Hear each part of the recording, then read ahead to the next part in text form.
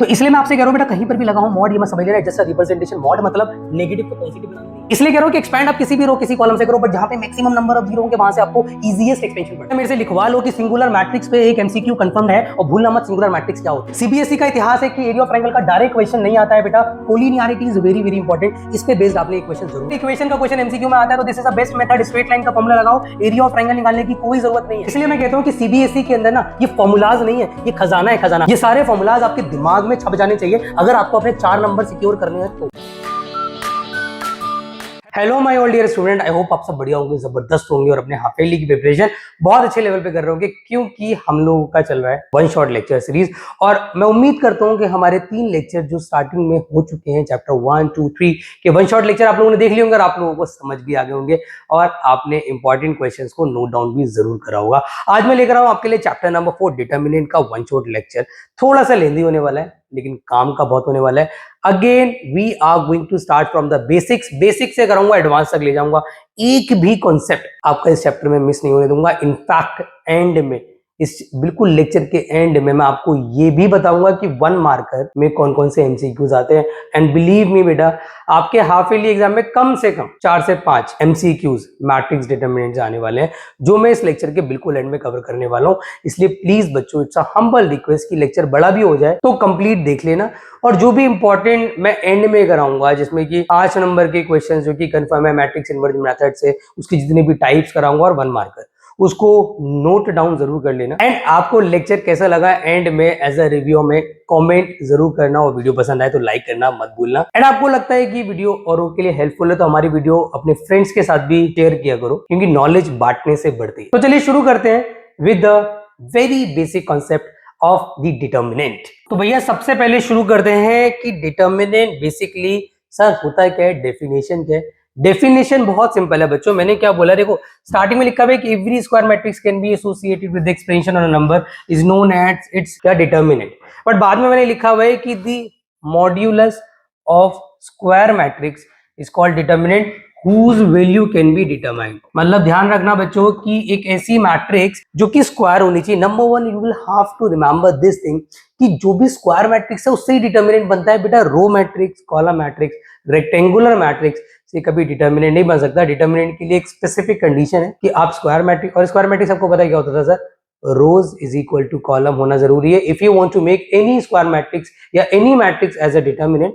बड़ा सिंपल सा प्रेजेंटेशन है भैया कि अगर आप एज अ क्लोज ब्रैकेट दिखाते हैं तो वो अल्टीमेटली आपका क्या होगा sir, that it will be I से मैट्रिक्स। लेकिन अगर मैं ऐसा दिखाता हूं मॉड्यूलस, तो समझ जाना कि वो डिटर्मिनेंट है। और एक बड़ी इंपॉर्टेंट चीज मैं आपको बताता हूं बेटा, मैंने क्या बोला है कि ये जो शब्द बना है ना डिटर्मिनेंट्स, ये बना है किससे बेटा, बना है डिटरमाइन से। बट ये आपका डिटरमाइन क्या है सर, ये आपका डिटरमाइन मतलब है whose value can be find, जिसकी वैल्यू मैं निकाल सकता हूँ। मतलब मैं यहाँ पे सर डिटरमिनेंट की वैल्यू निकाल सकता हूँ, उसका एक तरीका होता है। और सर हम आपका हमारे कोर्स में सिर्फ 2 ही ऑर्डर के डिटरमिनेंट है, एक 2x2, एक 3x3। वैसे और भी डिटरमिनेंट्स के ऑर्डर हो सकते हैं, 4x4 भी होता है। इनफैक्ट अगर आप गलती से इन फ्यूचर मेरी तरह बीएससी इन मैथ्स करते हो या बीकॉम ऑनर्स में मैथ्स ऑप्ट करते हो, आपको वहां समझ आएगा कि सर n क्रॉस n का भी डिटर्मिनेंट होता है। ठीक है जी, तो हमारे कोर्स में क्या है सर, या तो 2x2 है या 3x। तो सर अब ये सवाल उठता है कि सर ये डिटर्मिनेंट है। बच्चों के मन में एक बड़ा डाउट आता है, सर एक बात बताओ, यहाँ पे जो मॉड है क्या इसका मतलब ये है कि अंदर अगर कोई नेगेटिव है तो वो पॉजिटिव हो जाएगी? तो ये बिल्कुल नहीं है मेरे बच्चों, जो नेगेटिव है वो पॉजिटिव नहीं होता। इट जस्ट अ रिप्रेजेंटेशन, एक लिखने का तरीका। इसका ये काम बिल्कुल नहीं है कि ये नेगेटिव को भी पॉजिटिव कर देगा, राइट। अब आते हैं sir how to expand the determinant, कि एक्सपैंड करना है तो कैसे करेंगे। अगर ऑर्डर 2x2 है तो ध्यान देना, अगर ऑर्डर हमारा 2x2 है तो बहुत बढ़िया जी। अगर ऑर्डर 2x2 है तो बड़ा सिंपल सा फंडा होता है सर, इसको इससे मल्टीप्लाई करो, डायगोनल मल्टीप्लाई करो, बीच में नेगेटिव का साइन आएगा और नॉन डायगोनल मल्टीप्लाई करो। ध्यान रखना बीच में हमेशा साइन किसका आता है, नेगेटिव का आता है। Don't forget this. एग्जाम्पल के तौर पे सर अगर मेरे पास है यहाँ पे 3 4 5 1 और मुझे एक्सपैंड करना है सर, जो मेरा डिटर्मिनेंट बनेगा वो क्या बनेगा सर, इट शुड बी, भाई इसको इससे मल्टीप्लाई करूंगा, पहली बात तो ये आएगा नहीं। अच्छा एक बात और ध्यान रखना बच्चों, जो डिटर्मिनेंट है उसे हम रिप्रेजेंट करते हैं या तो विद डेल्टा, या जो भी अल्फाबेट है उसका मॉड लगा देते हैं, मॉड ए, मॉड बी, मॉड सी।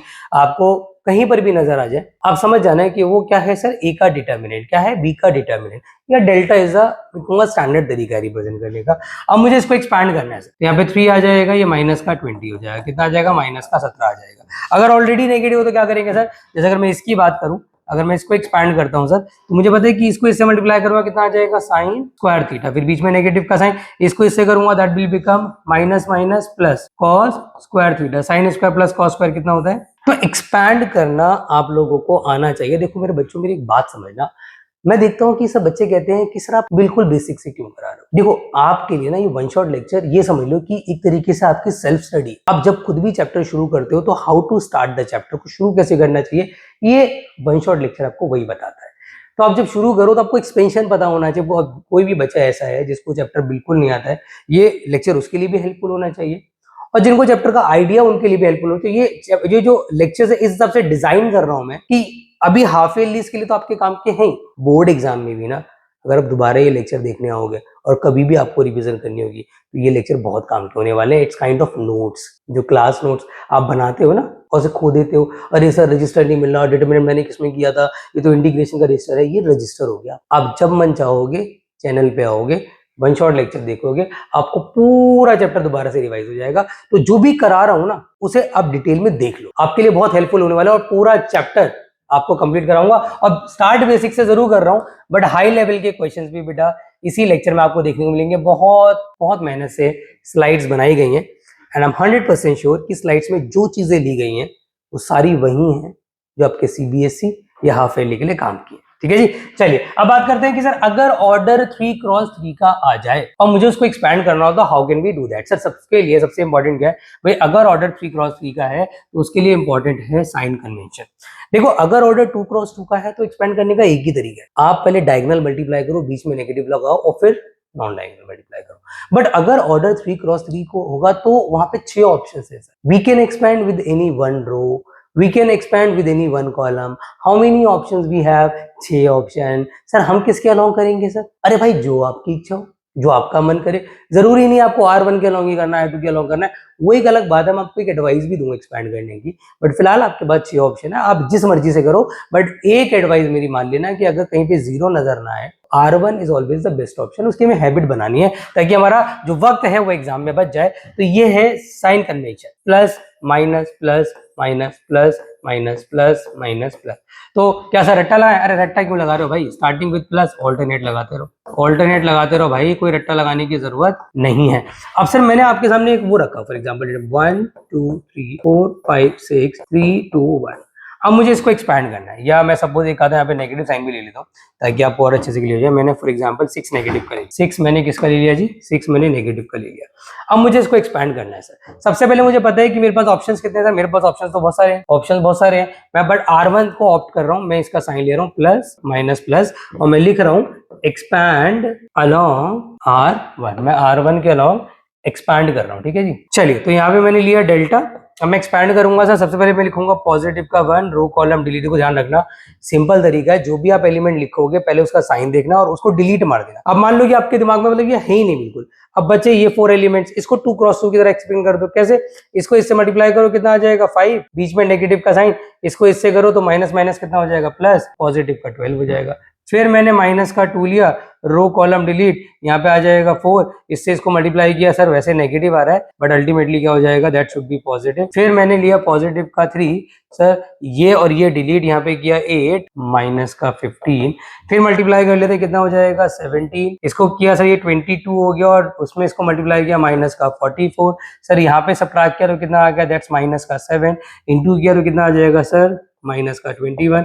अगर मैं ऐड ऑन करता हूं तो 17 को ऐसे ही रखता हूं, माइनस का 65, और ऐड करूं कितना आ जाएगा सर माइनस का 48 is going to be the answer. Sir एक बात बताइए, क्या मैं किसी और रो के अलोंग करता या किसी और कॉलम के अलोंग करता तो आंसर यही आता? 100%। आप करके देख लेना, आपको यही आंसर मिलेगा। अब एक मेरी एडवाइस जो मैंने आपसे कहा था कि एंड में मैं आपको एडवाइस भी दूंगा, वो एडवाइस ये कि कभी भी आप बेटा 3x3 को एक्सपैंड कर दे। एग्जाम्पल आपको डेल्टा दिया है -1 0 0 7 3 1 5 8 2, और आपको इसको एक्सपैंड करना है। तो मैं एडवाइस करता हूं बच्चों को, वैसे तो आप R1 और R2 किसी अलोंग करो, but when you have the number of zeros you will have to look the column और the rows which has the maximum number of zeros। कहाँ है sir maximum number of zeros? अरे sir column 1 में तो 2 zero है, तो column 1 के along expand करने का फायदा है, तो फायदा है तो करो ना मेरे भाई। तो आप क्या करोगे, आप लिखोगे एक्सपैंड अलोंग C1। मैंने क्या बोला, करने का तरीका फिक्स है, minus sorry plus minus plus. अब इनको लेने की जरूरत नहीं है, क्यों? क्योंकि आउटसाइड आएंगे 0 0, अगर तुम बाहर लोगे तो पूरा खत्म हो जाएगा। तो एडवांटेज क्या मिला, खाली इस पे फोकस करना है। -1 लिया, उसके रो एंड कॉलम को डिलीट किया, भाई इसको इससे मल्टीप्लाई किया 6 -8 कितना आ जाएगा, -1 -2 कितना आ गया सर, पॉजिटिव का 2, बात खत्म, पॉजिटिव का 2। तो expansion is very very important, पूरे चैप्टर में एक्सपेंशन काम आएगा। इनफैक्ट जो मैं 5 नंबर का क्वेश्चन कराऊंगा, जो इन बिटवीन होगा अभी आधे घंटे के लेक्चर के बाद, या मान लो 25 मिनट के लेक्चर के बाद, उसमें भी डिटर्मिनेंट काम का है। तो एक्सपेंशन तो बेटा आपको आना ही चाहिए, इट्स अ बेसिक थिंग, ठीक है। अब देखो एक बड़ी इंपॉर्टेंट चीज मैं आपको बता रहा हूँ, इस पे बेस्ड क्वेश्चन बहुत बार बनता रहा है और आगे भी बनता रहेगा कि सिंगुलर मैट्रिक्स क्या होती है। सिंगुलर मैट्रिक्स का आप रट्टा लगा लो, सिंगुलर मैट्रिक्स क्या होती है, अगर किसी भी स्क्वायर मैट्रिक्स को हम सिंगुलर कहेंगे अगर उसका डिटर्मिनेंट 0 आ जाए, मतलब when you expand the determinant, चाहे वो 2x2 चाहे वो 3x3 हो, अगर उसको एक्सपैंड करके 0 आ रहा है मेरे भोले बच्चों, तो आप समझ जाना कि वो क्या है, वो एक सिंगुलर मैट्रिक्स है। और अगर डिटर्मिनेंट 0 नहीं आ रहा है तो वो एक नॉन सिंगुलर मैट्रिक्स है। इस पे बेस्ड 1 नंबर का क्वेश्चन ना आप लिखवा लो मेरे से, आना ही आना है भाई, तो 1 नंबर पक्का करना है, तो ये टॉपिक पक्का कर लो। आएगा क्वेश्चन कैसे, आपसे बोलेगा find the value of x, अगर एक मैट्रिक्स आपको दे रखी है which is a singular matrix, what you have to do, बोले बच्चों आप इसको एक्सपैंड करोगे, a का डिटर्मिनेंट निकालोगे, क्या करा भैया, प्लस माइनस, तो यहाँ पे 1 लिया, रो एंड कॉलम डिलीट, कितना आ जाएगा जी, -6 माइनस का 2, अगला लिया माइनस माइनस पॉजिटिव का 2 कर दिया, row and column delete, row and column delete, इसकी इससे मल्टीप्लाई -3 -x, सर पॉजिटिव का 3 लिया, row and column delete, 2 minus का 2x, कुल मिला के सिचुएशन क्या बनने वाली है, a का डिटर्मिनेंट हो जाएगा सर हमारा माइनस का 8 माइनस का 6 माइनस का 2x, पॉजिटिव का 6 माइनस का 6x, सर इससे ये कट जाएगा, कुल मिला के हमारा आ जाएगा माइनस का a माइनस का 8x। अब एक सिंपल सी स्टेटमेंट, वैसे तो एमसीक्यू में स्टेटमेंट की जरूरत नहीं है, बट अगर ये क्वेश्चन 2 मार्कर आ गया तो आपको प्रॉपर लिखना पड़ेगा कि if a is singular matrix, क्योंकि a एक सिंगुलर मैट्रिक्स है तो उस केस में a का जो डिटर्मिनेंट है that must be is equal to 0। तो माइनस का 8 माइनस का 8x should be equal to 0, minus का 8x is equal to 8x is equal to minus का 1। तो ऐसे क्वेश्चन एज अ 1 मार्कर पूछे जा सकते हैं बेटा। एक बार ध्यान से देख ले, सिंगुलर मैट्रिक्स मतलब उसका डिटर्मिनेंट 0 होता है, डोंट फॉरगेट। अच्छा एक बात और ध्यान रखना बच्चों कि जब दो डिटर्मिनेंट आपस में बराबर होते हैं तो जरूरी नहीं ईच एंड एवरी एलिमेंट बराबर, आप देखेंगे अगर ये और ये बराबर नहीं है तो बेसिकली डिटर्मिनेंट के बराबर होने का मतलब एक्चुअल में क्या होता है, मैं वो आपको बताने जा रहा हूँ कि अगर मेरे पास सिचुएशन ये क्रिएट हो रही है कि सर यहाँ पे 3 5 4 और फॉर एग्जांपल दे रखा है सर 3 और यहाँ दे रखा है फॉर एग्जांपल 2, तो अगर आप ऑब्जर्व करेंगे कि determinant sir each and every element बराबर नहीं है, बट व्हेन यू एक्सपैंड आप कहोगे सर ये डिटर्मिनेंट इसके बराबर कैसे हुआ, व्हेन यू एक्सपैंड तो यहाँ पे आ जाएगा 6 माइनस 12, व्हेन यू एक्सपैंड यहाँ आ जाएगा 14 माइनस 20। तो एक्सपैंड करने के बाद अगर दोनों डिटर्मिनेंट की वैल्यू बराबर है तो डेल्टा 1 और डेल्टा 2 आपस में बराबर माने जाएंगे, कब, when they have the same the value of determinant, चाहे एलिमेंट सेम हो या ना हो इट डजंट मैटर। तो अगर मैं इसकी बात करूं तो सर इसमें इंटू करूंगा तो कितना आ जाएगा sir, that should B 2x square, इससे इंटू कितना आ जाएगा सर, दैट शुड बी -36, यहाँ पे कितना आएगा 72 -36, सर ये पूरा का पूरा कट गया तो 2x square is equal to 72 हो गया, sir x square is equal to 36 हो गया, तो x की वैल्यू क्या आ जाएगी प्लस माइनस का 6। इस टाइप के क्वेश्चन पूछे जाते हैं इक्वालिटी ऑफ डिटर्मिनेंट पे बेस्ड। बेटा इक्वालिटी ध्यान रखना, एक्सपेंशन बराबर होना चाहिए चाहे भले ही ईच एंड एवरी एलिमेंट बराबर हो या ना हो। अब मैं बात करने वाला हूँ एरिया ऑफ ट्राइंगल के बारे में। उसके और अगला टॉपिक है बेटा which is area of triangle. देखो एरिया ऑफ ट्राइंगल निकालने के वैसे और भी तरीके होते हैं, बट मेरे बच्चों मैं आपको एक छोटी सी एडवाइस करूंगा कि 11th क्लास का एक भी मेथड 12वीं में लगाना अलाउड नहीं है। मतलब 11th में आपने एरिया ऑफ ट्राइंगल सीखा होगा x1 y2 minus y3 plus x2 y3 minus y1, वैसे तो वो आपका क्लास जो 10th है उसमें आपने पढ़ा था कोऑर्डिनेट ज्योमेट्री, बट उस टाइम पे वो डिलीटेड था, बट 11th की स्ट्रेट लाइन में हमने पढ़ा है। बट वो फॉर्मूला यहाँ अगर आपने लगा दिया तो गलत माना जाएगा, क्यों, क्योंकि 11th क्लास का स्लोप का इक्वेशन का ये एरिया ऑफ ट्राइंगल का फॉर्मूला 12th में लगाना अलाउड नहीं है। तो इसके लिए एक अलग से फॉर्मूला, भले ही ये फॉर्मूला उसी से इंस्पायर्ड है। एरिया ऑफ ट्राइंगल का बड़ा सिंपल सा फॉर्मूला होता है, when you have a triangle, इसमें आपको बेटा पॉइंट दे रखे हो x1 y1 और एक पॉइंट दे रखा हो x2 y2 और एक और पॉइंट दे रखा हो x3 y3। तो भाई सिंपल सा फॉर्मूला है हमारा एरिया ऑफ ट्राइंगल निकालने का, x1 x2 x3 y1 y2 y3 1 1 1। हम आराम से एरिया ऑफ ट्राइंगल निकाल सकते हैं when we have the 3 coordinates. अब इस पे बेस्ड क्वेश्चन कभी भी मैंने बहुत rarest of the rarest chance देखा है कि भाई आपका डायरेक्टली पूछा जाए। ये क्वेश्चन पूछा जाएगा एरिया ऑफ ट्राइंगल का, बट पूछेगा कंडीशन फॉर द कोलिनियरिटी के हिसाब से, या एरिया देके आपसे कोई अननोन बोलेगा कि जी कांस्टेंट निकाल दो, और ये एमसीक्यूज में आते हैं। तो अगर फॉर एग्जांपल क्वेश्चन कितने नंबर में आया, अगर 2 नंबर में आया, this is a important part. कि भैया कंडीशन फॉर कोलिनियरिटी, मतलब आपसे बोलेगा कि भैया 3 पॉइंट देके कोलिनियर प्रूव करो। How can we prove it sir? Area of triangle निकालो, वो 0 हो जाएगा। कॉमन सेंस वाली बात है, अगर 3 पॉइंट्स आपस में कोलिनियर हो गए तो वहां पे जो ट्रायंगल है फॉर्म ही कहाँ होगा, और जब वहां पे ट्रायंगल ही फॉर्म नहीं होगा तो एरिया ऑफ ट्रायंगल ऑटोमेटिकली कितना हो जाएगा जी? 0 हो जाएगा। अब एग्जांपल के तौर पे आपको एक क्वेश्चन दिया है, show that these points are collinear. How can we do that? Sir मैंने डिटर्मिनेंट निकालना है, half of x1 x2 x3 a b c b plus c plus a plus b 1 1 1। Expand करूंगा, how can I do it? Delta half of, expand किया मैंने, ए लिया, row and column delete, मुझे पता है यहाँ प्लस माइनस प्लस हो जाएगा, रो एंड कॉलम डिलीट, यहाँ आ जाएगा सी प्लस ए माइनस। फिर अगला लिखा मैंने माइनस का B plus C, row and column delete, इसको इंटू करूंगा बी माइनस का सी। फिर अगला एलिमेंट लिया पॉजिटिव का 1, ये डिलीट सर, ये पूरा डिलीट, कितना आ जाएगा? ए बी, पॉजिटिव का बी स्क्वायर माइनस का सी स्क्वायर माइनस का ए स्क्वायर, ब्रैकेट क्लोज। अब सर इसको सिंप्लीफाई करना बहुत जरूरी है भाई, चलो सिंप्लीफाई करते हैं सर। अच्छा, इस ए से ये ए कट जाएगा और कुछ कट नहीं था, यहाँ पे आइडेंटिटी लग जाएगी, हाफ तो बाहर रहेगा ही रहेगा सर। कुल मिला के अंदर सिचुएशन बचेगी हमारे पास सर, ये हो गया ए सी माइनस ए बी, भाई यहाँ पे ए प्लस बी ए माइनस बी मिला के कितना हो गया? बी स्क्वायर, पॉजिटिव का सी स्क्वायर यहाँ माइनस हो जाएगा, और यहाँ पे हो जाएगा सर पॉजिटिव का A B plus B square minus C square minus का ए स्क्वायर। कुछ कट रहा है भाई आपस में?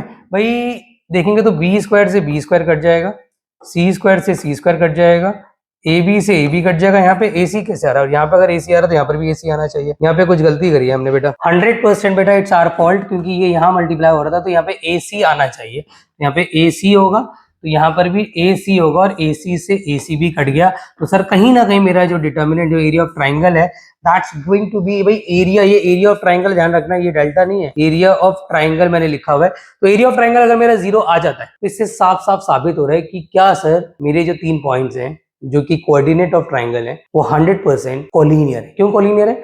क्योंकि सर एरिया ऑफ ट्राइंगल 0 हो रहा है, बात खत्म हो गई। देखो इस पे बेस्ड भी न्यूमेरिकल आ सकता है कि आपसे बोलेगा take area positive and negative both if it is already given in a question. देखो एक मेरी बात समझना, हो सकता है जब आप एक्सरसाइज नंबर 4.2 सॉल्व कर रहे होगे, मैंने 4.1 आपको करा दी, इसमें खाली एक्सपेंशन था, 4.2 में सिर्फ एरिया ऑफ ट्राइंगल है, उसके बाद माइनर कोफैक्टर सारी चीज आ जाएंगी। तो अगर एरिया ऑफ ट्राइंगल का क्वेश्चन आपका आता है डायरेक्टली और आपने एरिया निकाला और एरिया आपका फॉर एग्जाम्पल नेगेटिव आ गया, तो आपको पता है कि sir area can't be negative, तो हो सकता है वहां पे एक स्टेटमेंट डालो, क्योंकि ऐसा नहीं कि एरिया नेगेटिव नहीं आ सकता, एरिया नेगेटिव आ सकता है बिकॉज ऑफ द कोऑर्डिनेट हिसाब से डिजाइन हो, बट एक्चुअल में एरिया नेगेटिव नहीं होता है। तो फिर आप एक स्टेटमेंट लिखोगे because area can't be negative, और अगले स्टेप में फॉर एग्जांपल उसको पॉजिटिव, जैसे आपका माइनस का 61/2 आया, आप नेक्स्ट स्टेप में उसको पॉजिटिव कर लोगे, तो हो सकता है उसका जो एरिया है वो भी भाई नेगेटिव रहा हो, उसने ये स्टेटमेंट लिख करके उसको पॉजिटिव किया हो। इसलिए मैंने लिखा है कि take area positive as well as negative both when it is already given in a question. जैसे फॉर एग्जांपल अगर मैं आपके एक्सरसाइज की बात करूं 4.2 की, तो एक क्वेश्चन नंबर 3 में लिखा है find the value of k if the area of triangle is 4 square unit, मतलब एरिया ऑफ ट्रायंगल दे रखा 4 स्क्वायर यूनिट्स। तो आप सबसे पहले क्या करोगे, सुनना मेरी बात ध्यान से, एरिया का फॉर्मूला होता है half of x1 x2 x3 y1 y2 y3 1 1 1, right. अब सबसे पहले एरिया ऑफ ट्रायंगल का फॉर्मूला क्या हो गया सर? एरिया ऑफ ट्रायंगल दे रखा है मेरे को यहाँ पे plus minus, why am taking plus minus 4 क्योंकि गिवन है, गिवन में प्लस माइनस दोनों लेना है सर। x1 x2 x3 मतलब मैं इसकी बात कर रहा हूँ बेटा, K4 0 0 0 2 1 1 1। अब मुझे एक्सपैंड करना है सर, एक्सपैंड करूंगा उसके अलोंग यहाँ पे मैक्सिमम नंबर ऑफ जीरोस है, एक्सपैंड अलोंग C2, तो C2 मतलब ये हो गया सर, यहाँ प्लस माइनस, यहाँ पे होगा माइनस प्लस माइनस, माइनस का 2 लिखा, भाई प्लस माइनस 4, यहाँ हाफ आ जाएगा, माइनस का 2 लिखा, रो एंड कॉलम डिलीट, इसकी से मल्टीप्लाई करूंगा K माइनस 4 ब्रैकेट क्लोज, इससे ये कट जाएगा तो प्लस माइनस 4 हो जाएगा, इंटू किया तो माइनस के प्लस 4 हो जाएगा। भैया मैंने क्या करना है सर, पॉजिटिव का 4 is equal to minus k plus 4, तो k is equal to 4 minus 4 which is equal to 0, और यहाँ पर आ जाएगा minus 4 is equal to minus k positive का 4, k को इधर लिया तो ये हो जाएगा 4 प्लस 4, तो k की वैल्यू कितनी आ गई, तो k की वैल्यू बेसिकली दो आ रही है 0 और 8। तो ये वाला कॉन्सेप्ट भी एज एन एमसीक्यू मैंने बहुत बार आते हुए देखा है। तो एरिया कभी भी गिवन हो बेटा, दिमाग में इस चीज को बिठा लो, we take area positive as well as negative, right. तो बेटा अगर अब देखो आखिरी कॉन्सेप्ट है 4.2 एक्सरसाइज का, फिर हम सीधा आ जाएंगे मेन मसाला जो कि minor, cofactor, A inverse, adjoint, system of equation, बहुत सारी चीजें लेक्चर में बची हुई हैं और मुझे ऐसा लग रहा है कि आज तो ये पूरा लेक्चर मैं रिकॉर्ड भी नहीं कर पाऊंगा। आज मैं खाली 4.2 तक रिकॉर्ड कर रहा हूँ। देख रहा हूँ, एक लेक्चर सेम डे रिकॉर्ड भी नहीं होता बेटा, मल्टीपल डेज लेने पड़ते हैं। आज मैं यहीं पर ही रिकॉर्ड करूंगा, नेक्स्ट डे कल आके दोबारा से रिकॉर्ड करूंगा माइनर कोफैक्टर, क्योंकि आज एनर्जी थोड़ी सी डाउन है, क्योंकि रात का समय है, रात के समय में रिकॉर्ड कर रहा हूँ, पूरे दिन क्लासेस लिए। तो अब बाकी की रिकॉर्डिंग कल करूंगा, बट आपको तो वन शॉट नहीं मिलेगा, मतलब आपको तो लेक्चर एक ही बार में मिलेगा, but we are doing recording in a multiple days. तो आपके लिए मेहनत चल रही है, आप लोग भी मेहनत करो, हाफ ईयरली में अच्छा रिजल्ट ले। बार बार बोल रहा हूँ बेटा कि क्वांटिटी पे ध्यान मत दो कि सर डिफरेंशियल नहीं पढ़ाया, एप्लीकेशन ऑफ इंटीग्रेशन नहीं पढ़ाया, हमारा तो सब आ रहा है, क्या फर्क पड़ता है। आप इंटीग्रेशन तक बढ़ के, मैं कह रहा हूँ आप 60 मार्क्स का बढ़ के जाओ। अब 80 मार्क्स के हिसाब से अपना पूरा जज मत करो, आप 60 मार्क्स का बढ़ के जाओ, उसमें से 50 ले आओ, आप भाई आप टॉपर हो। आपने अपनी नजरों में टॉप कर दिया, क्योंकि आप सिर्फ 60 मार्क्स में ही प्रिपेयर गए थे। या आप जानते हो बाकी लोग देख रहे होंगे 80 में से 50 है, आपको पता है रियलिटी की 60 में से 50 90% के आसपास है। तो वही हमें करना है, हमें क्वालिटी ऑफ स्टडी पे ध्यान देना है कि हमारी क्वालिटी ऑफ द चैप्टर की रिवीजन ज्यादा बेहतर हो नंबर ऑफ चैप्टर के कंपेयर। ठीक है, तो भाई आखिरी कॉन्सेप्ट मेरा क्या है कि भाई अगर मेरे को जरूरत पड़े इक्वेशन निकालने की, तो मैं क्या करूंगा, let the third coordinate be x, y and area of triangle को उठा के इक्वल टू 0 पुट कर दूंगा। मतलब बेसिकली सिचुएशन क्या है कि मेरे से बोलेगा इक्वेशन निकालो, और अगर ये क्वेश्चन देखो एमसीक्यू में आया, अगर ये क्वेश्चन एज एन एमसीक्यू आया, तो मेरी एक छोटी सी आपको एडवाइस है कि भैया आप ना इक्वेशन निकालने के फॉर्मूले को, आपका one of the favourite chapter, बहुत ही प्यारा चैप्टर जो आपको बड़ा बड़ा पसंद है, बड़ा आपके क्लोज है, स्ट्रेट लाइन, याद है ना बेटा? नहीं याद है? कह रहे हो क्लोज टू हार्ट, सर सबसे ज्यादा बकवास लगता था चैप्टर। कोई बात नहीं, उसका फॉर्मूला आपको जरूर याद होगा, y2 minus y1 upon x2 minus x1 x minus x1। तो ये वाला जो फॉर्मूला है आप लगा सकते हैं अगर ये क्वेश्चन एमसीक्यू में हो। Don't be over smart. MCQ में अब सर कैसे करें, अगर ये फॉर एग्जांपल 2 नंबर में आ गए तो उसमें तो 11th क्लास के कॉन्सेप्ट लगाने ही अलाउड नहीं है। तो आप क्या करोगे मेरे भोले बच्चों, आप ना एक कोऑर्डिनेट इस पे अज्यूम करोगे। ये लिखा मैंने कि let the third coordinate be x, y। आप यहाँ पे थर्ड कोऑर्डिनेट को x, y मानो और एरिया ऑफ ट्राइंगल निकालो। एरिया ऑफ ट्राइंगल का फॉर्मूला क्या होता है सर? अरे याद है sir, x1 x2 x3 y1 y2 y3 1 1 1। भाई यहाँ पे क्या हो जाएगा, एरिया ऑफ ट्राइंगल निकालना है। How can we do it sir? Sir area को मैं सीधा 0 ले लूंगा। सर एरिया को 0 क्यों ले लिया आपने? अरे भाई मैंने जो माना है पॉइंट वो ऑन द लाइन माना है ना, ABC तक कोलिनियर। तो ABC कोलिनियर है तो कोलिनियर पॉइंट की कंडीशन इज वेरी सिंपल कि वहाँ ट्राइंगल बनेगा ही नहीं और एरिया ऑफ ट्राइंगल 0 हो जाएगा। एक साथ में बहुत कुछ बोल दिया यार मैंने, मतलब अच्छी प्रैक्टिस है बेटा। इतना बोलने में ना आपको 15 साल लग जाएंगे, एक्सपीरियंस लगता है भाई। नहीं यू नो, इंग्लिश मेरी फ्लुएंसी नहीं है, हिंदी में ज्यादा फ्लुएंसी है। तो आप क्या करेंगे भाई, आप यहाँ पे लिखेंगे half of x1 x2 x3 मतलब 1 3 x2 6 y 1 1 1। सर किसके लॉन्ग एक्सपैंड करें? आपकी इच्छा है भाई, कहीं पर भी 0 नजर नहीं आ रहा, जो आपका मन करे आप एक्सपैंड करो। इसको तो पहले 0 करो, यहाँ पर आ जाएगा, मैं प्लस माइनस प्लस इसके लॉन्ग कर रहा हूँ। 1 लिया, रो कॉलम डिलीट, 6 माइनस का y हो जाएगा, माइनस का 2 लिया, रो कॉलम डिलीट, 3 माइनस का x हो जाएगा, प्लस का 1 लिया, row column delete, 3y minus का 6x हो जाएगा।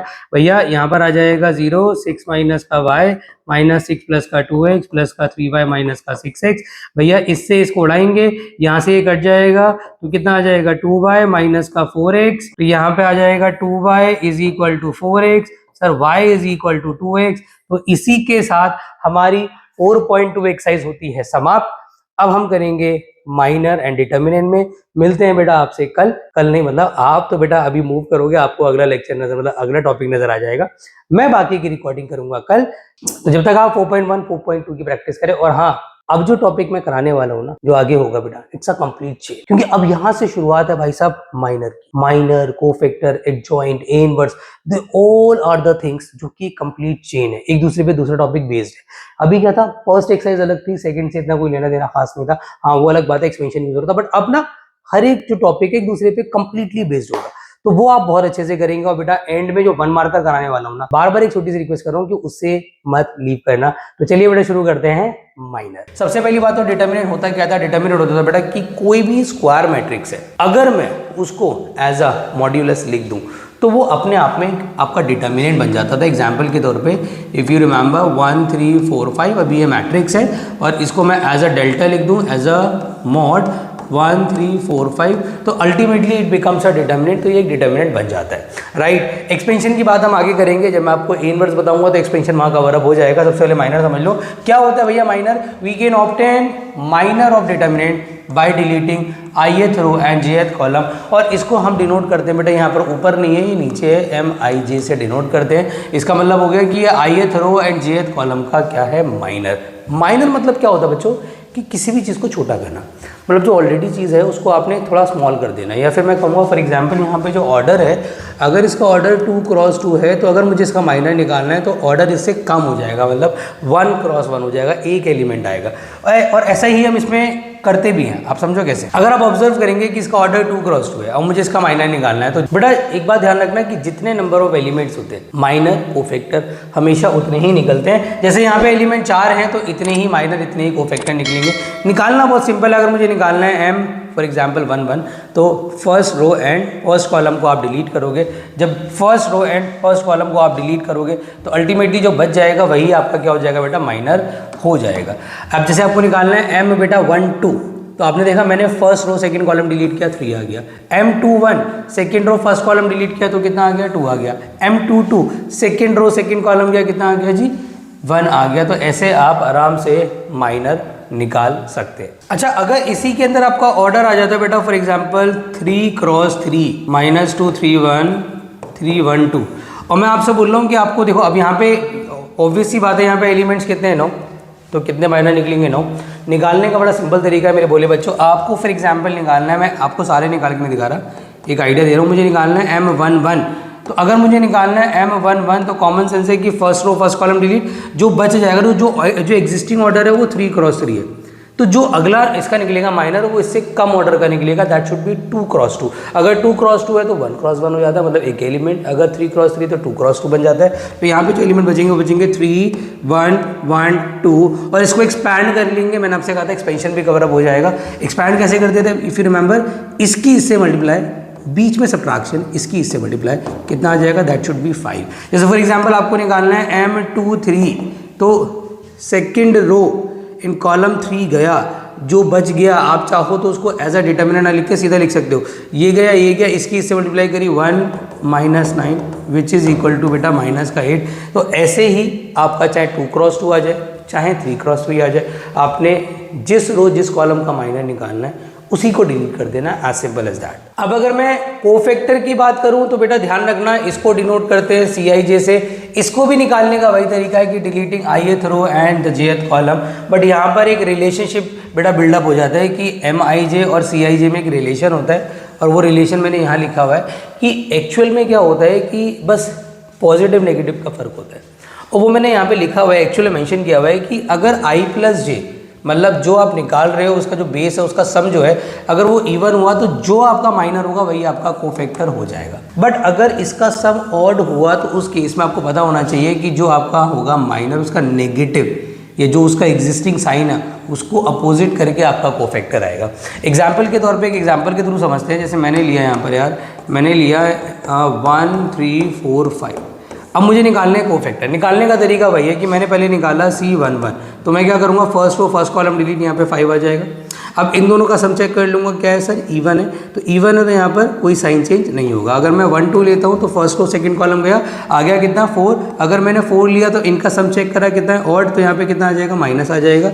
अब लेंगे C2 1, second row first column delete, कितना आ गया सर, 3, लेकिन यहाँ पे ऑड है तो क्या आ जाएगा, माइनस आ जाएगा। C2 2 second row second column delete, कितना आ गया बच्चों, 1 आ गया। तो यहाँ से आपके कोफैक्टर्स क्रिएट हो सकते हैं, चाहे ऑर्डर 2 क्रॉस 2, चाहे ऑर्डर 3 क्रॉस 3 हो। आपको एक ही अप्रोच से करना होता है जी। कैसे, how will you do it, आपने सिर्फ साइन का ख्याल रखना होता है, कोफैक्टर माइनर सेम ही है। अब उसके बाद बात कर लेते हैं कि अगर मेरे को किसी का एडजॉइंट निकालना है। देखो मेरी कोशिश बहुत सिंपल है, मैं सारे कॉन्सेप्ट एक्सप्लेन कर रहा हूँ, सारे कॉन्सेप्ट आपके कवर अप करा दूंगा, और उसके बाद जो मैं न्यूमेरिकल्स कराऊंगा ना, जब मैं आपको क्वेश्चंस कराऊंगा, तो most expected important either NCERT और आउट ऑफ NCERT वो कवर अप करेंगे हम। बेसिक क्वेश्चंस बिल्कुल भी नहीं करेंगे, क्योंकि बेसिक भी उन एडवांस क्वेश्चन में ऑलरेडी कवर अप हो जाएगा। तो अगर मैं एडजॉइंट की बात करता हूँ तो एडजॉइंट बहुत ज़्यादा सिंपल है मेरे भोले बच्चों। अगर आपके पास कोई मैट्रिक्स है, देखो एडजॉइंट किसका होता है, ध्यान रखना, मैट्रिक्स शुरू हो गया यहाँ से। एडजॉइंट होता है हमेशा किसी भी मैट्रिक्स का, बट क्योंकि उसके अंदर आपके कोफैक्टर्स वगैरह यूज़ होते हैं इसलिए वो आपने डिटर्मिनेंट में डाला हुआ है। तो फॉर एग्जांपल यहाँ -7 यहाँ 8 हो गया। मैंने आपसे क्या बोला, आप सारे कोफैक्टर्स निकालो। आप सारे कोफैक्टर्स निकालोगे तो कैसे निकालोगे, C11 first row first column delete 8, C12 first row second column delete -7, यहाँ प्लस हो जाएगा, साइन चेंज करना मत भूलना। C21 second row first column delete कितना आ गया, 4 आ गया, साइन चेंज करना मत भूलना। C22 second row second column कितना आ जाएगा, 3, साइन चेंज नहीं होगा। तो अब आपने क्या करना है मेरे बोले बच्चों, आपने यहाँ पर एडजॉइंट ऑफ ए को लिखना है, सारे कोफैक्टर लेने 8, 7, -4, 3 और उसका कर देना है ट्रांसपोज। तो अगर उसका ट्रांसपोज करते हो आप तो आपके पास क्या सिचुएशन बनेगी, 8, 7, -4, 3 बस। तो जिस सीक्वेंस में आप सारे कोफैक्टर निकालोगे उसी सीक्वेंस में लिख देना, उसका आपने ट्रांसपोज कर देना है और आपका एग्जैक्टली एडजॉइंट ऑफ ए आ जाएगा। अच्छा, अगर मैं बात करूं for example for the 2x2, एक बेटा यहाँ पे शॉर्टकट भी होता है, पर ध्यान रहे वो सिर्फ किसके लिए है, फॉर ओनली 2x2, ठीक है। तो अब क्या करोगे आप, फॉर एग्जांपल आपके पास यही दे रखा है, आपको दे रखा है 3, 4, -7, 8। अब मुझे पता है क्या करना है मेरे को, यार मेरे को इनको तो करना है सर आपस में इंटरचेंज, मतलब यहाँ पे कितना आ जाएगा, adjoint of A is equal to यहाँ पर 8 आ जाएगा और यहाँ पर 3 आ जाएगा और इन दोनों के साइन चेंज करना है। तो यहाँ पे कितना आ जाएगा, दैट शुड बी -4, यहाँ कितना आ जाएगा, दैट शुड बी 7। तो यू कैन सी कि हमारा एग्जैक्टली वही आएगा जो हमारा यहाँ से आया है, कोई चेंजेस नहीं होंगे। वो शॉर्टकट है। शॉर्टकट कब लगाना, अगर क्वेश्चन 2 नंबर में आया है सिस्टम ऑफ इक्वेशन का तब लगा सकते हो।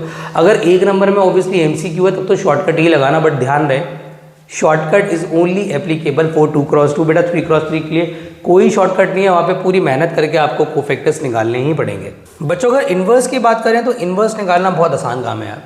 पहली बात तो ए इन्वर्स होता क्या है, इसको हम ऐसे डिनोट करते हैं और निकालने का सिंपल तरीका है कि किसी भी एडजॉइंट ऑफ ए को अगर उसके डिटर्मिनेंट से डिवाइड कर दें, बशर्ते ये है कि डिटर्मिनेंट 0 नहीं होना चाहिए, तो आपको ए इन्वर्स मिल जाता है। और एक बड़ी इंपॉर्टेंट चीज़ ध्यान रखना कि अगर गलती से किसी का डिटर्मिनेंट 0 आ रहा है, मैं यहाँ पे डिटर्मिनेंट भी यूज़ कर लूँगा तो आपको एक्सपेंशन ऑफ डिटर्मिनेंट भी क्लियर हो जाएगा कि अगर गलती से किसी का डिटर्मिनेंट 0 आ रहा है तो उस केस के अंदर वो मैट्रिक्स इन्वर्टिबल नहीं होती, मतलब उसका इन्वर्स एग्जिस्ट नहीं करता है, ध्यान रखना। और ऐसी जो मैट्रिक्स होती है उसे सिंगुलर मैट्रिक्स बोला जाता है। कई बार ऐसे क्वेश्चन्स आते हैं कि ए आपको एक मैट्रिक्स देगा जिसके अंदर कुछ अननोन x या y कुछ भी दे देगा और आपसे बोलेगा if it is a singular matrix, तो बोलेगा कि जो अननोन वहाँ पे वेरिएबल है वो निकालो, तो ए का डिटर्मिनेंट निकाल के इक्वल टू 0 रख सकते हैं आप। तो फिलहाल अभी यहाँ पे क्या करना है, आपको मैंने दिया क्वेश्चन कि if A is equal to 3, 4, 5, 7 और मैं आपसे कह रहा हूँ फाइंड ए इनवर्स।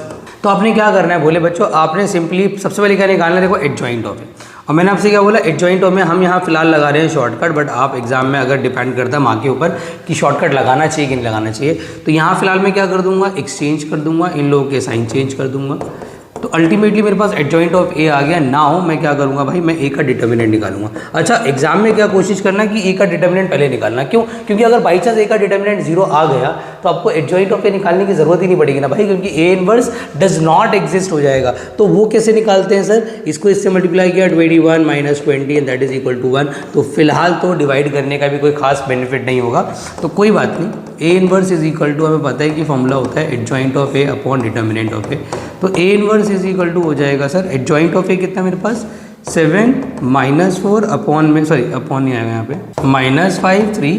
अच्छा, इसके अपॉन में कुछ मत देंगे, फिलहाल तो यहाँ 1 आ रहा है तो यहाँ पे कोई इफेक्ट पड़ेगा नहीं इतना, क्योंकि ये पूरा एज इट इज़ ही आ जाएगा। बट अगर इन केस कुछ और भी आता तो भी मैं आपको नोटेशन बता दे रहा हूँ कि फॉर एग्जांपल आपका डिटर्मिनेंट होता 7, तो 1/7 करके आप छोड़ते और अंदर 7 और उसको अंदर इंटू भी नहीं करते बेटा, ज़्यादातर उसको बाहर ही छोड़ देते और यही हमारा ए इनवर्स हो जाता है। तो इनवर्स निकालना इज़ वेरी सिंपल, कोफैक्टर्स निकालो, एडजॉइंट निकालो, डिटर्मिनेंट ए निकालो, दोनों को डिवाइड बांट दो, वहाँ से आपका ऑटोमेटिकली ए इनवर्स आ जाएगा। अब मैं इनवर्स पे बेस्ड कुछ बहुत ही बेहतरीन क्वेश्चन आपकी एक्सरसाइज के नहीं असाइनमेंट के कराने वाला हूँ, क्योंकि एक्सरसाइजेस के अंदर बहुत इजी क्वेश्चंस है तो वो इजीली कवर अप हो जाएंगे आफ्टर डूइंग दीज क्वेश्चंस। अब देखो आपको ना बच्चों ए दे रखा है कितना, यहाँ दे रखा है 2 - 3, 3, 4। अच्छा, ए देखो ऐसे क्वेश्चंस तो बहुत आपके रेयर है कि आपसे सीधा ए इनवर्स मांग ले या सीधा आपसे बी इनवर्स मांग ले, बहुत रेयर चांसेस है। वो आपसे ऐसे क्वेश्चन सॉल्व कर पाएगा जहाँ पे ए इनवर्स वगैरह का यूज़ होता है, ये आप ध्यान रखना इस बात को। तो आपको ना एक बड़ी इंपॉर्टेंट चीज़ मैं बता दे रहा हूँ, क्योंकि मैंने 1 मार्कर के जो आइडेंटिटीज़ है वो एंड में रखी हुई है, बट फिलहाल अभी इस क्वेश्चन में जो यूज़ होंगी वो मैं आपको बता दे रहा हूँ बेटा, कि ए को अगर आप ए इनवर्स से मल्टीप्लाई करें और ए इनवर्स को आप ए से मल्टीप्लाई करें तो आपका आई आता है, ध्यान रखना। और ए इनवर्स इंटू आई बोलो या आई इंटू ए इनवर्स बोलो is equal to A inverse आता है, ये भी आप ध्यान रखना। तो आपके पास ए आपको दिया है, आपको एफ एक्स दिया है कितना बच्चों, एक्स स्क्वायर माइनस का 6x माइनस का पॉजिटिव का 17। आपसे कह रहे हैं पहले ना आप एफ ऑफ ए को इक्वल टू 0 प्रूव करो। अब एफ ऑफ ए का मतलब क्या हुआ सर, जहाँ जहाँ एक्स है ना वहाँ वहाँ मैं ए से इसको क्या करूँगा, कन्वर्ट कर दूंगा। तो x की जगह a आ गया, माइनस का 6a आ गया, 17 को क्या करें सर, ध्यान रखना whenever you convert a simple equation into a matrix, तो जो कांस्टेंट टर्म है उसमें आइडेंटिटी मैट्रिक्स लगाना मत भूलना, तो यहाँ आइडेंटिटी लग जाएगा। अब आपने इसको इक्वल टू 0 करना है। जिस बच्चे ने मेरा चैप्टर नंबर 3 का लेक्चर देखा है उसको ये चीज़ बहुत अच्छे से पता होगी, मैंने ये ऑलरेडी डिटेल में आपको कराया हुआ है इन द मैट्रिक्स, तो वहाँ से आप आराम से कवर कर सकते हो। पहले ए स्क्वायर निकालोगे, फिर 6a निकालोगे, फिर 17i निकालोगे, सबको ऐड सब्ट्रैक्ट कर दोगे and you will get 100% 0 0 0 0 matrix. तो अब यहाँ पे क्या करना है हमें सर, हमें उसके बाद बोल रहा है hence find the A inverse. ये क्वेश्चन ना डिटर्मिनेंट का बहुत इंपॉर्टेंट है। इनफैक्ट ये क्वेश्चन मैंने बहुत बार आते हुए देखा है, तो आपको ना बड़ा इंपॉर्टेंट कॉन्सेप्ट यहाँ लगाना पड़ेगा। ध्यान देना बच्चों, आप क्या करेंगे, आप ना एक काम करो, आपके पास जो इक्वेशन अवेलेबल है, क्योंकि हेंस का मतलब क्या होता है कि जो भी इक्वेशन अवेलेबल है उस इक्वेशन का इस्तेमाल करके आपको ए इनवर्स निकालना है। मतलब आप ए इनवर्स ऐसे नहीं निकाल सकते कि एडजॉइंट निकालो, कोफैक्टर निकालो, डिटर्मिनेंट निकालो, डिवाइड देम, नहीं, अलाउड नहीं है। हेंस मतलब होता है कि इसका यूज़ करो। अब इसका यूज़ कैसे करना है बहुत सिंपल पे बता रहा हूँ कि जो आइडेंटिटी वाली मैट्रिक्स आप पहले उधर शिफ्ट मारो, ए स्क्वायर माइनस का 6a is equal to minus 7, ये स्टेप नंबर 1 हो गया। स्टेप नंबर 2 क्या है, या तो पोस्ट मल्टीप्लाई करो या प्री। अब ये पोस्ट क्या होता है, पोस्ट मतलब होता है मैट्रिक्स अगर बाद में लिखूंगा तो पोस्ट हो जाएगा, और मैट्रिक्स से पहले लिखूंगा तो प्री हो जाएगा। लेकिन ध्यान रहे या तो पोस्ट या प्री दोनों में से कोई एक ही करना। फॉर एग्जांपल इसमें मैंने किया post multiply by A inverse on both side, तो यहाँ पर आ जाएगा A square into A inverse minus 6a into A inverse is equal to minus 17i into A inverse. भैया यहाँ पर ना एक चीज़ ऑब्जर्व करना आप कि ए स्क्वायर को मैं लिख सकता हूँ a इंटू ए इनवर्स, क्योंकि ए स्क्वायर को 2 बार मल्टीप्लाई में लिख तो प्रॉब्लम थोड़ी ना है। इसकी जगह कितना आ जाएगा sir, that should B i। इसकी जगह कितना आ जाएगा सर, ये हो जाएगा i into A inverse is A inverse. Ultimately अगर मैं इसको सॉल्व करूँगा तो ये i हो जाएगा, तो ai माइनस का 6i is equal to minus 17a inverse. तो a इनवर्स का यहाँ पे एक सिचुएशन बन गया माइनस 1/17। भैया ai a हो जाएगा, माइनस का 6i हो जाएगा। मतलब अगर मैं इस इक्वेशन को सॉल्व कर दूँ उससे जो भी मेरी वैल्यू निकल के आएगी वो 100% a इनवर्स की होगी। अब मैं करूँगा क्या sir, a inverse is equal to minus 1/17 को बाहर रखूँगा। भैया a ले लो पहले, तो a कितना मेरे पास, a है मेरे पास सर 2 माइनस 3 3 4 को मुझे सब्ट्रैक्ट करना है किससे, 6i, मतलब 6 0 0 6, तो अल्टीमेटली कितना आ जाएगा माइनस का 1/17। सर इसमें से इसको माइनस किया, माइनस 4 आ जाएगा, माइनस 3 आ जाएगा, 3 आ जाएगा, 4 आ जाएगा। अगर आप इससे भी सॉल्व करके देखें, अगर आप स्ट्रेट भी सॉल्व करके देखें, आपको पता है इन दोनों को एक्सचेंज कर देंगे। यहाँ बेटा गलती हो गई, यहाँ पे माइनस का 2 आना चाहिए। अब सही है। अब ये जो आपका नेगेटिव साइन है, अगर मैं इसको इनटू कर दूं अंदर, तो आप देखेंगे कि जो यहाँ से आपका आता है एडजॉइंट निकाल के, कोफैक्टर्स निकाल के, वही हमारा ए इनवर्स आ रहा है। तो hence find the A inverse वाले क्वेश्चन आ जाए, this is the best approach. ऐसे ही करना है, डायरेक्ट करोगे तो नंबर नहीं मिलेंगे। ये डिटर्मिनेंट का बहुत इंपॉर्टेंट क्वेश्चन है, आई विश आपको क्लियर हो गया होगा। देखो एक क्वेश्चन आपने किया था मैट्रिक्स अलजेब्रा में, मैंने आपको बताया भी था कि अगर कोई मैट्रिक्स मल्टीप्लाई में होती है तो उसको अगर निकालना है तो उसका पहले ऑर्डर निकाल लो, फिर उसके एलिमेंट्स को ABCD मान लो, काम हो जाता है। बट ये मैट्रिक्स ना, ये वाली मैट्रिक्स जो है ये बीच में फंसी हुई है, इसको आप ऐसे मत करो, ABCD लेके मत करो। आपका ना बहुत इजी ट्रिक बता रहा हूँ इसको करने की। आप एक काम करो, आप ना इस वाली मैट्रिक्स को C मान लो और इस वाली मैट्रिक्स को D मान लो, और ये तो A आपके पास ऑलरेडी है ही, और तो आपके पास सिचुएशन बन जाएगी CAD इज इक्वल टू, और कहीं ना कहीं सर ये तो दिख ही रहा है क्या है, ये एक आइडेंटिटी मैट्रिक्स है, तो ये एक आइडेंटिटी मैट्रिक्स लिख देते हैं। चलिए बढ़िया। अब हम ऑब्जर्व करेंगे कि सर मुझे ना A चाहिए, उसने बोला है फाइंड द मैट्रिक्स A।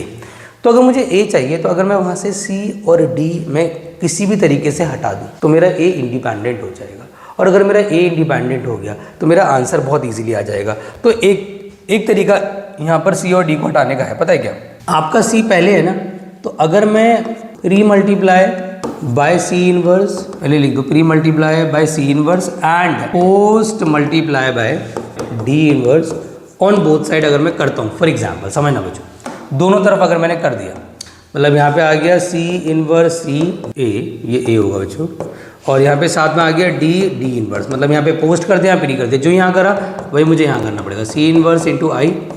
तो मुझे दिख रहा है कि यार सी इनवर्स इंटू सी कितना हो जाएगा, that should be sir I into A into I, और ये कितना हो जाएगा sir C inverse D inverse, और आई को कितनी बार मल्टीप्लाई करो इससे फर्क थोड़ी ना पड़ने वाला है। तो A matrix sir C inverse into D inverse करके आ जाएगा। तो अगर मैं यहाँ से सी इनवर्स निकाल लूँ, यहाँ से सी इनवर्स कैसे निकलेगा सर, सी कितना है 2 1 3 2, अगर मैं पहले इसका डिटर्मिनेंट निकालूँ, सी का डिटर्मिनेंट कितना बनेगा सर 1, और एडजॉइंट ऑफ सी कितना बनेगा, एक्सचेंज साइन चेंज, तो मेरा सी इनवर्स आ गया सर 1 से तो कोई फर्क पड़ने वाला है नहीं, तो यही मेरा सी इनवर्स हो गया 2 -1 -3 2। और अब मैं निकालूंगा डी इनवर्स, तो पहले डी का डिटर्मिनेंट निकाल लेता हूँ। डी का डिटर्मिनेंट कितना बनेगा, ये हो जाएगा 9 माइनस का 10 which is equal to minus का 1, और एडजॉइंट ऑफ डी अगर मैं निकालता हूँ तो मैंने क्या करना है जी, इन दोनों को इंटरचेंज करने का कोई फर्क ही नहीं पड़ रहा, और इन दोनों के साइन चेंज, तो -2 -5। तो अल्टीमेटली मैं यहाँ से अगर डी इनवर्स कैलकुलेट करता हूँ, डी एडजॉइंट ऑफ डी है, डी इनवर्स अगर मैं कैलकुलेट करता हूँ तो मुझे पता है कि जो ये नेगेटिव साइन है किसका बेटा, डिटर्मिनेंट वाला, ये अंदर जाके सबको पॉजिटिव कर देगा, तो इट विल बिकम 3 2 5 3। तो अल्टीमेटली मैं क्या करूँगा भाई, सी इनवर्स मुझे ए निकालना है ना, मैं सी इनवर्स को डी इनवर्स से मल्टीप्लाई कर दूंगा, तो ए इज इक्वल टू कितना आ जाएगा, सी इनवर्स कितना है मेरे पास 2 -1 -3 2 को मल्टीप्लाई करेंगे विद डी इनवर्स 3 2 5 3, और मेरे को सिंपली इसको आपस में इंटू कर देना, इट विल बिकम, इसको इससे किया कितना आ गया जी 6 -5, इसको इससे किया कितना आ गया 4 -3, किया -9 + 10, इसको इससे किया माइनस का 6 प्लस का 6, ultimately it will become sir 1 1 1 0। तो ये मेरा ए आ जाएगा। तो without assuming order, without taking element A B C D, ये बढ़िया तरीका है, लेकिन ये डिटर्मिनेंट वाला तरीका है। और अगर सिर्फ एक ही मैट्रिक्स मल्टीप्लाई में होती तो मैं आपको फिर रिकमेंड करता फिर ये ए इनवर्स वगैरह से मत करो, क्योंकि वहाँ लिखा हुआ तो आएगा नहीं by using the inverse method या by using the simple method. तो अगर एक ही मैट्रिक्स होती तो आप इसको ना A B C D assume कर सकते थे, वो आपके लिए बेनिफिशियल हो जाता है। आई विश आपको बेटा क्लियर हो गया होगा, क्वेश्चन बहुत प्यारा है, इसको नोट डाउन कर लीजिए। अब देखो सीबीएसई के लिए ये क्वेश्चन भी बहुत ज़्यादा अच्छा क्वेश्चन है, और काफ़ी सारे बच्चे इसमें गलती क्या करने बैठ जाते हैं, वो ना ए इनवर्स करने लगते हैं कैलकुलेट। ए इनवर्स आप कैसे कैलकुलेट करोगे भाई, आप खुद सोचो, यहाँ पे सब कुछ एक्स वाई जेड के फॉर्म में, आप कितने कोफैक्टर निकालोगे, कितना कॉम्प्लिकेटेड हो जाएगा अगर आपने एक्स वाई जेड के फॉर्म में सारे कोफैक्टर निकाल दिए।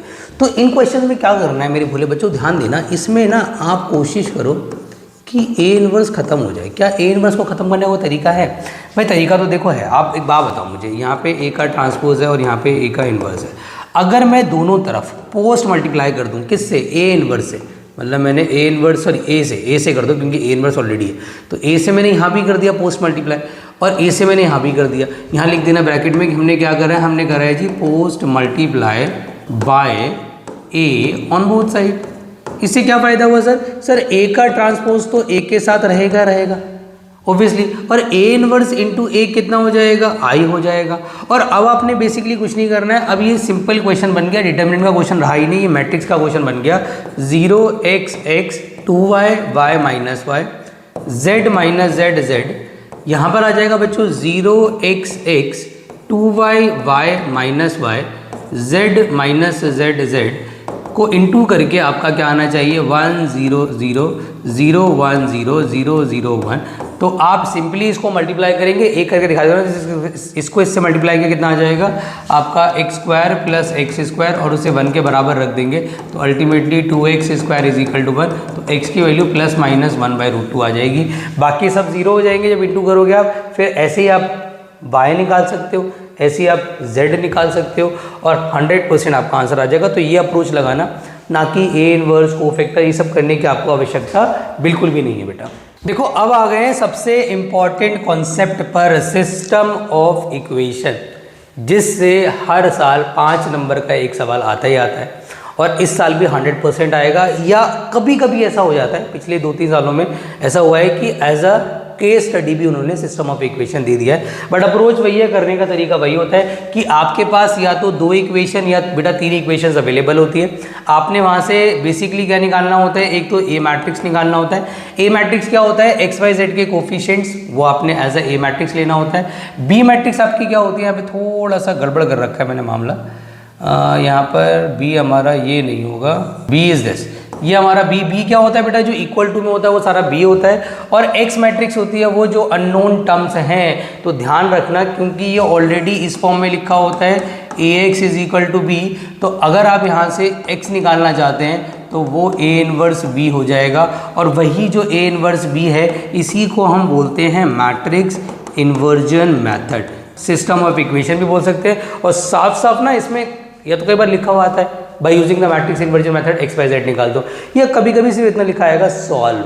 तो आपको ये खुद समझ जाना है कि वो सॉल्व का क्वेश्चन है, मतलब वो मैट्रिक्स इन्वर्जन मेथड का क्वेश्चन है। अब दिक्कत पता है क्या आती है, दिक्कत ये आती है कि क्वेश्चन पे बेस्ड ना एक टाइप के क्वेश्चंस नहीं है, इसमें लगभग 3 टाइप तो मिनिमम है जो आपके एनसीईआरटी के अंदर और एक्स्ट्रा क्वेश्चन मिलाकर के हैं। तो मैं आपको कोशिश कर रहा हूँ तीनों टाइप करा दूँ ताकि 5 नंबर तो एटलीस्ट आपके डिटर्मिनेंट के सिक्योर हो जाए। तो बेटा सबसे पहले ले लेते हैं इसका स्टार्टिंग टाइप, जो कि बहुत इजी टाइप है, जो स्ट्रेट टाइप भी मैं उसको बोलता हूँ। बट उससे पहले आपको एक बड़ी इंपॉर्टेंट चीज़ समझनी है कि एल्गोरिदम क्या है। एल्गोरिदम ये है कि obtain the system of equation and express in the form of A X is equal to B. मतलब एग्जाम में आपने सबसे पहले क्या करना है, आपने A X is equal to B लेना है, this is your first step, ठीक है। उसके बाद आप क्या करोगे, आप सबसे पहले डिटर्मिनेंट ऑफ ए निकालोगे।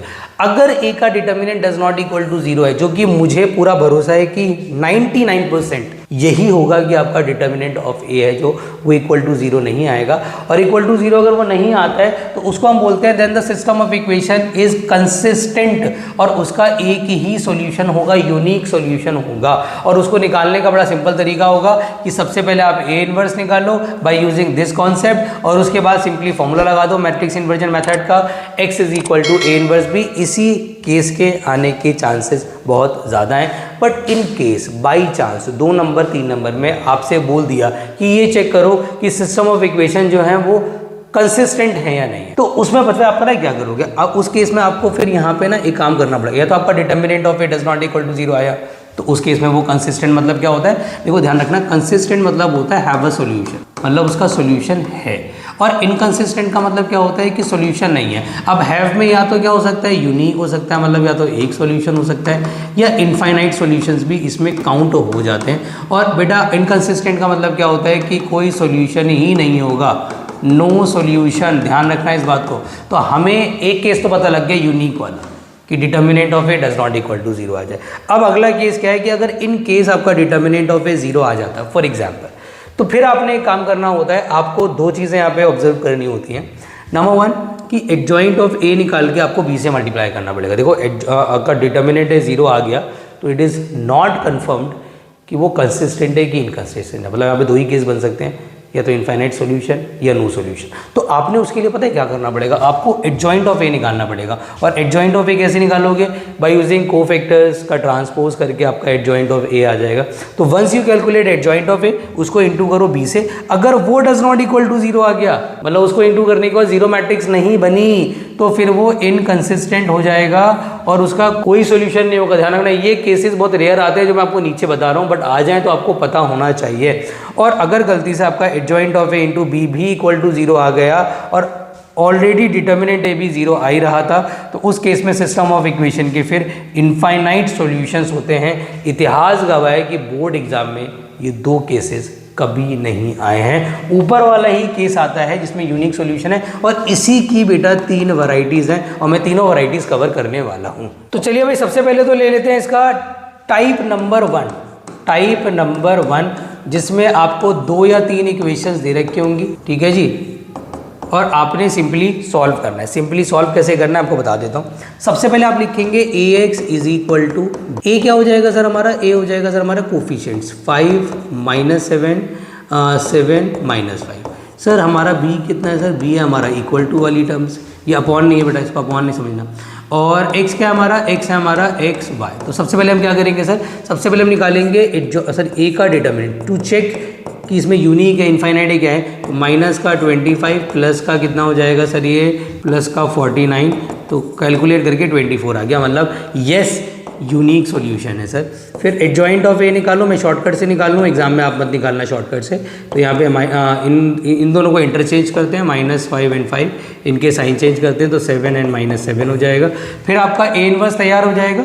ए इनवर्स होता है भाई 1 में डिटर्मिनेंट इनटू एडजॉइंट ऑफ ए, -5 7 -7 5। चलिए बढ़िया। अब हम क्या करेंगे, now by matrix method. Matrix method क्या कहता है, मैट्रिक्स मेथड से कि sir x is equal to A inverse into B ले लो। तो x equal to A inverse into B लिया मैंने, तो क्या करना है, ध्यान देना बच्चों। x is equal to A inverse मेरा कितना है सर, 1/24 -5 7 -7 5 इंटू में b कितना बच्चों मेरा, b कितना है, b है यहाँ पे 2 और 3, सिंपली मल्टीप्लाई करो 1/24। इसको इससे क्या कितना आ गया, -10 प्लस का 21, इसको इससे क्या कितना आ गया, -14 प्लस का 15। सर कुल मिला के कितना आ जाएगा 1/24। ऊपर 11 आ गया और नीचे वाली सिचुएशन में 1 आ गया। भाई 1/24 को इंटू कर लो, और आपको पता है आपको कि जो x है मेरे बोले बच्चों वो XY है, और यहाँ पर क्या है सर 11/24 1/24। बस इन दो मैट्रिक्स को इक्वल कर दो यार। जब दो मैट्रिक्स बराबर होती है तो क्या होता है, फर्स्ट के बराबर होता है। अभी मैं समझना है कि सर आपने तो इजी इक्वेशन करा दिया, 3 इक्वेशन वाला करा दिया। अरे 3 इक्वेशन वाला भी कराऊंगा भाई, परेशान मत हो।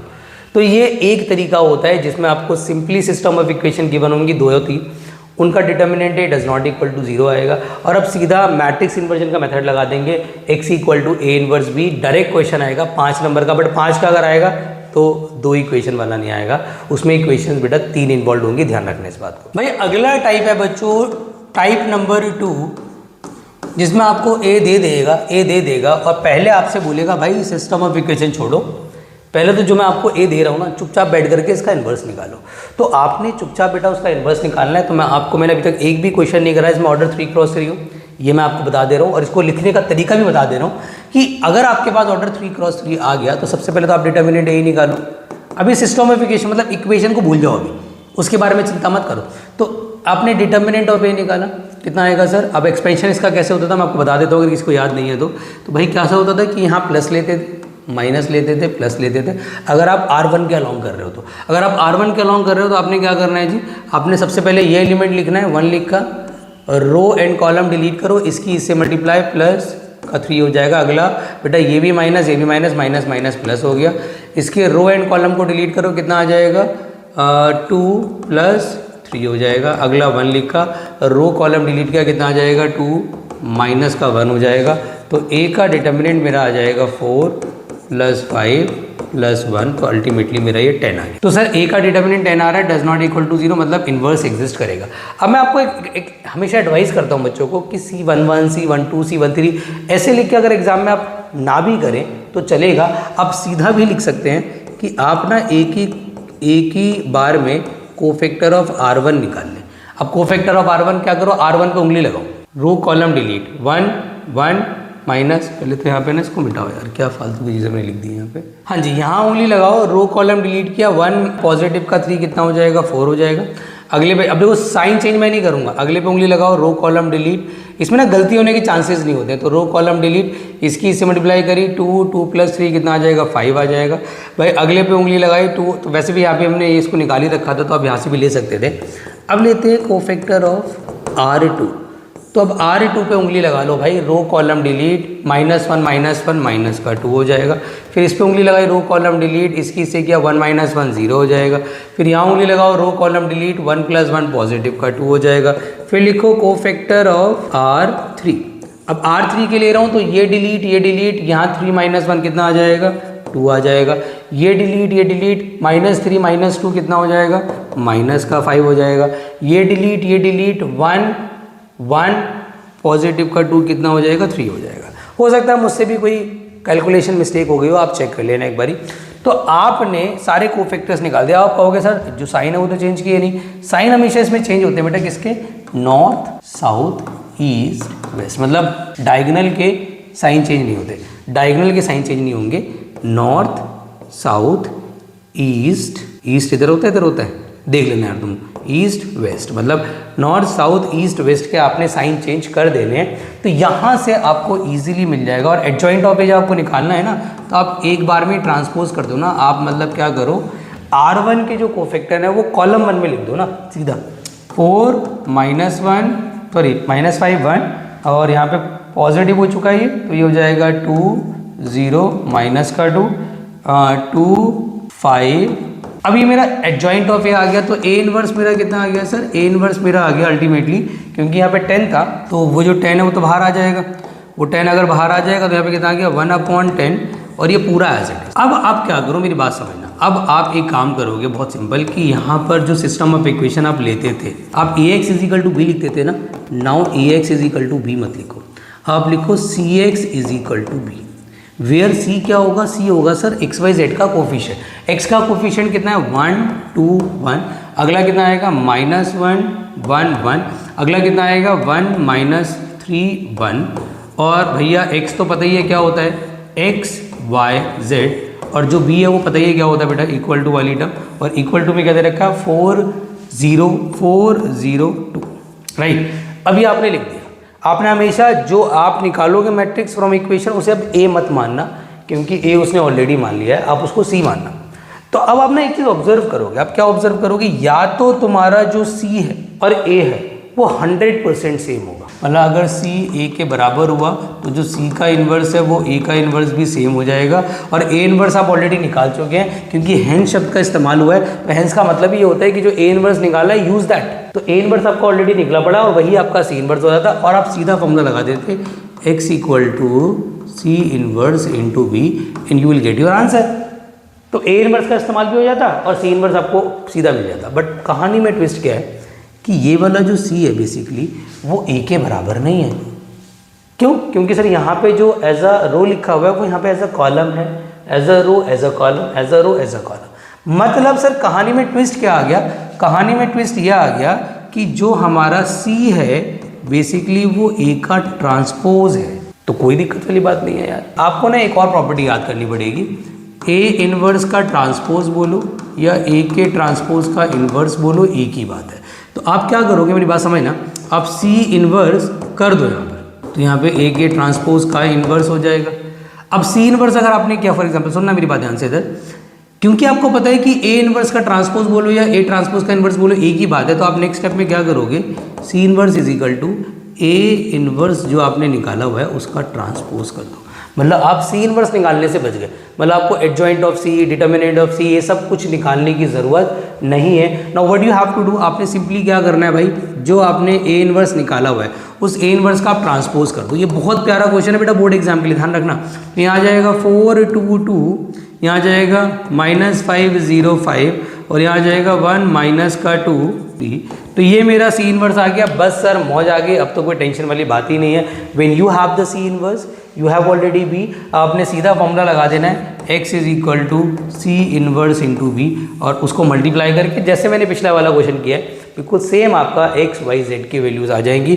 तो ये अगला है टाइप जो कि बहुत इंपॉर्टेंट है, एंड आई विश आपको ये क्लियर हो गया होगा। अब बच्चों आते हैं बहुत ज़्यादा इंपॉर्टेंट क्वेश्चन पे। CBSE बोर्ड एग्जाम में ना ये सबसे ज़्यादा रिपीट होने वाला क्वेश्चन है सिस्टम ऑफ इक्वेशन का।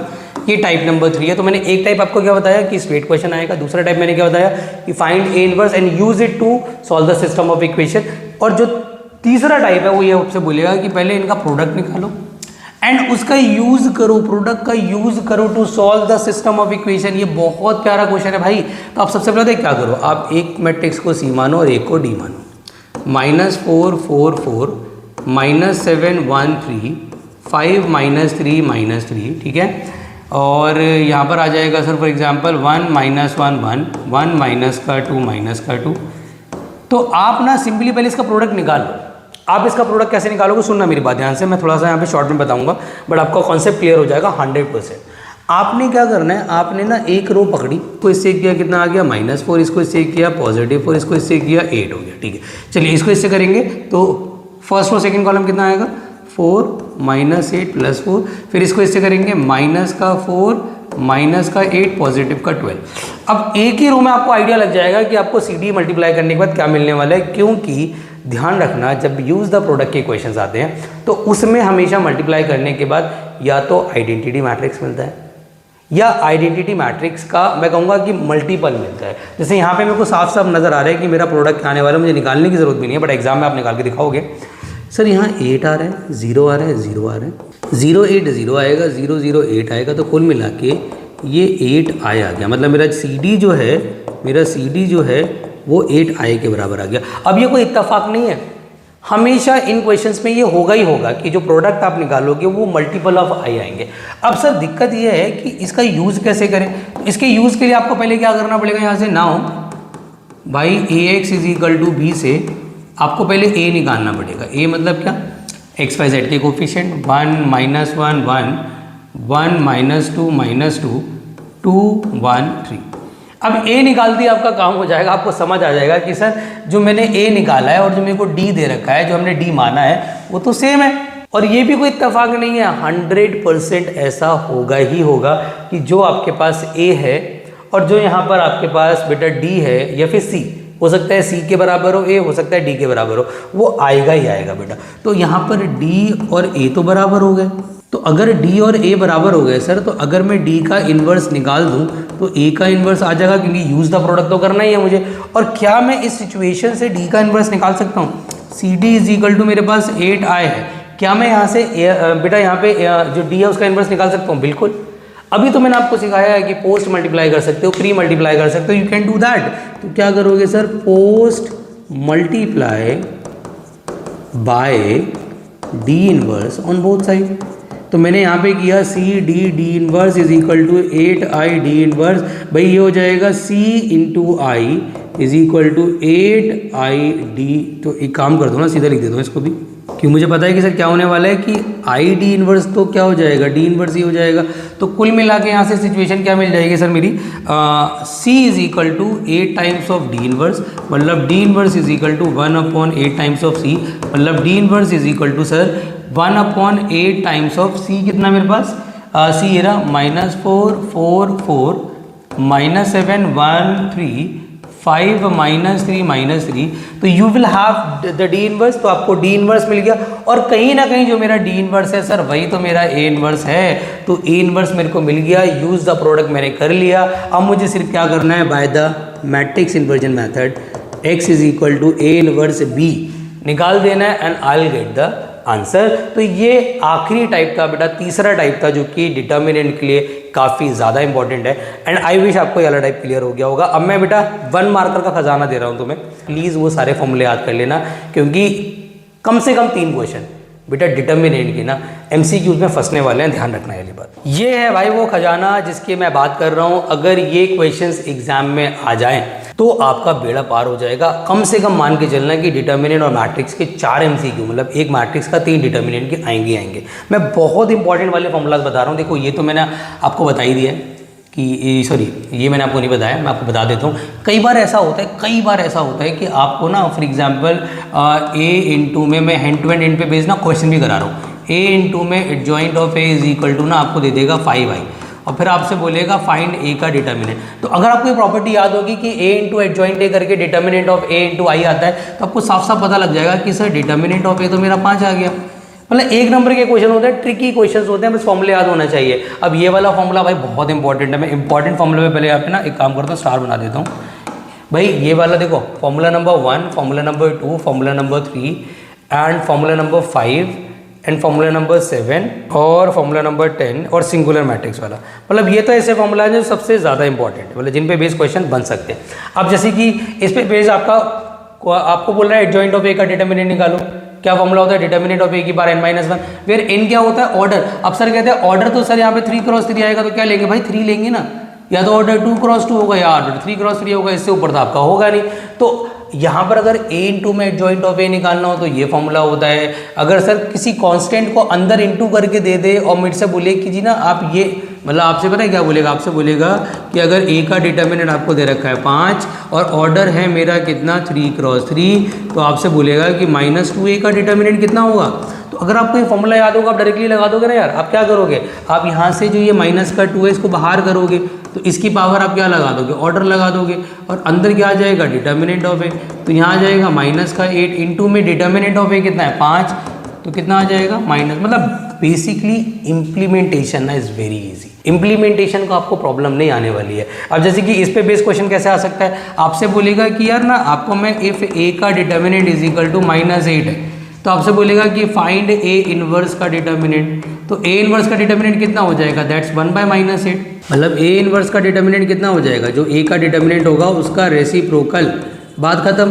तो ये बहुत इजी क्वेश्चन इस पे बेस बनेंगे बेटा। इस पे बेस मैंने ऑलरेडी एक लेक्चर भी अपलोड किया हुआ है, इसमें मैंने डिटेल में बात करी हुई है और बहुत सारे इंपॉर्टेंट क्वेश्चंस भी कराए हुए हैं। उसका लिंक मैं बेटा जो पोस्ट है वहाँ भी लगा दूंगा और डिस्क्रिप्शन में भी डाल दूंगा, वाला लेक्चर देख लेना, आपका 1 नंबर में भी बेड़ा पार हो जाएगा। तो ये था हमारा डिटर्मिनेंट। लगभग सारे इंपॉर्टेंट क्वेश्चंस मैंने आपको बता दिए, इंपॉर्टेंट सारे फॉर्मूलाज भी बता दिए, इनको भी याद कर लेना बेटा।